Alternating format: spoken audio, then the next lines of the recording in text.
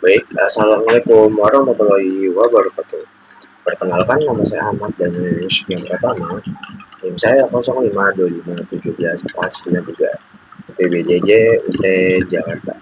Baik, pada kesempatan kali ini saya ingin menjelaskan atau menjabarkan tugas 3 dari mata kuliah struktur data, yaitu mengenai algoritma pencarian, breadth first search, dan deep first search yang diimplementasikan pada sebuah graf berisi 8 angka yang dimana mencari nilai tertentu yaitu angka n atau angka n. Ya, materi yang akan saya cakup di sini yang pertama ada konsep dasar graf, yang kedua ada cara kerja BFS, yang ketiga ada cara kerja DFS, yang keempat ada implementasi kedua algoritma dalam bahasa Java, yang kelima penjelasan angka demi angka proses pencarian, yang keenam perbedaan hasil BFS dan DFS.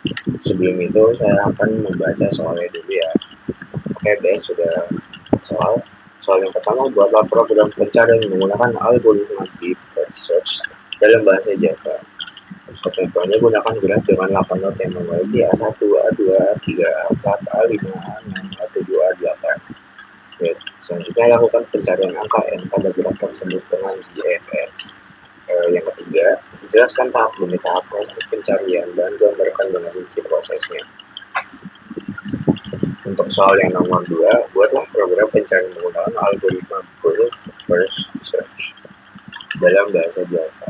Untuk ketentuannya sama ya seperti di atas, gunakan graf dengan 8 node, yaitu node A1 sampai A8. Yang paling selanjutnya, lakukan pencarian angka n pada graf tersebut dengan BFS. Yang selanjutnya, jelaskan tahap demi tahap proses pencarian dan gambarkan dengan kunci prosesnya. Baik, kita ke file langsung saja. Di sini saya sudah membuatnya ya, jadi kita tinggal menjelaskan saja. Oke, bisa kita lihat di sini. Sebelum itu saya ingin menjelaskan tentang konsep dasar graf ya. Graf adalah struktur data yang terdiri dari node atau vertex dan edge atau sisi yang menghubungkan antar node dalam tulisan menggunakan 8 node, yaitu A1 bisa kita A2, A3, A4, A5, A7, A8 ya. Contoh, misalkan A1 value atau nilainya itu 10, A2 value atau nilainya 5, A3 value-nya 12, A4 value-nya 7, A5 value-nya 3, dan A6 value-nya 8, A7 value-nya 15, A8 value-nya 2.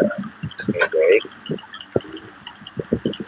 Dan di sini juga graf juga memiliki hubungan antar node, misalnya A1 ada hubungan dengan A2 atau A3, dan A2 atau A2 juga memiliki hubungan dengan A4 atau A5, sedangkan A3 ada hubungan juga A6 dan A7, A4 ada hubungan ya, dan seterusnya. Oke, baik. Oke, dan sini kita masuk ke algoritma breadth first ya. Mencari nilai n mulai dari start node, mengembalikan fetch list node dari start dengan menulis dengan n jika ditemukan, serta mencetak start kui, dan visitor setiap angka. Sekarang kita masuk ke algoritma breadth first atau BFS. BFS bekerja dalam posisi pencarian melebar terlebih dahulu. BFS yang artinya BFS akan menghubungi semua node yang berada pada level yang sama. BFS menggunakan struktur data ini atau antrian. Yang ketiga, node yang akan masuk lebih awal diperiksa lebih dulu atau first in first out. Cara kerja BFS ada 6, yaitu memasukkan node awal ke dalam ini kui. Yang kedua, tanda sebagai visitor. Yang ketiga, ambil elemen dari kui. Keempat, cek apakah nilai sama dengan nilai yang dicari, yaitu n. Yang kelima, ini ya. Yang kelima, jika tidak sesuai masukkan sumber tetangganya yang belum dikunjungi ke dalam kui. Keenam, ulangi langkah ini sampai kui kosong atau nilai ditemukan. Keunggulan BFS ada beberapa, contohnya menemukan jalur pendek dari node awal ke target. Yang kedua, sangat cocok untuk graf besar dan bebas bobot. Dan ada juga kekurangan dari BFS, yaitu membutuhkan memori yang lebih besar karena kui dapat panjang, Dalam program Java yang telah dibuat, BFS mencetak setiap proses enqueue, proses dequeue, kondisi queue setiap langkah, dan node yang sedang diperiksa. Di sini ya, kita tentu sudah membahas queue. Dan selanjutnya kita akan membahas algoritma DFS atau DFS.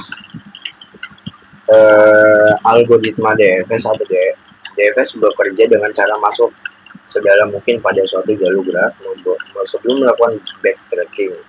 Karakteristik DFS yaitu menggunakan struktur data stack atau lebih umum menggunakan rekursi, menjelajah hingga titik terdalam dulu. Yang ketiga, jika sudah mentok, baru kembali ke node sebelumnya.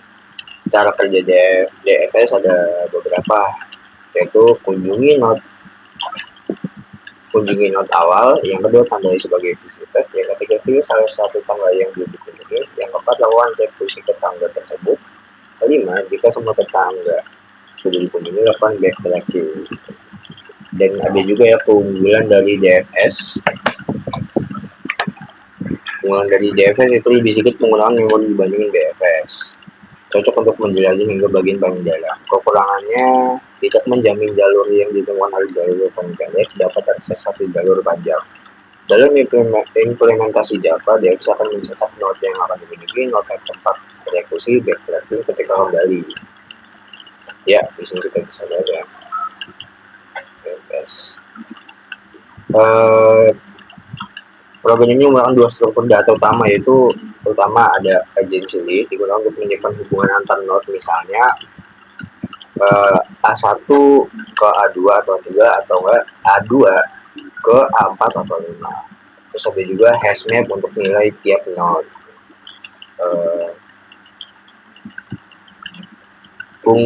Fungsi BFS ya.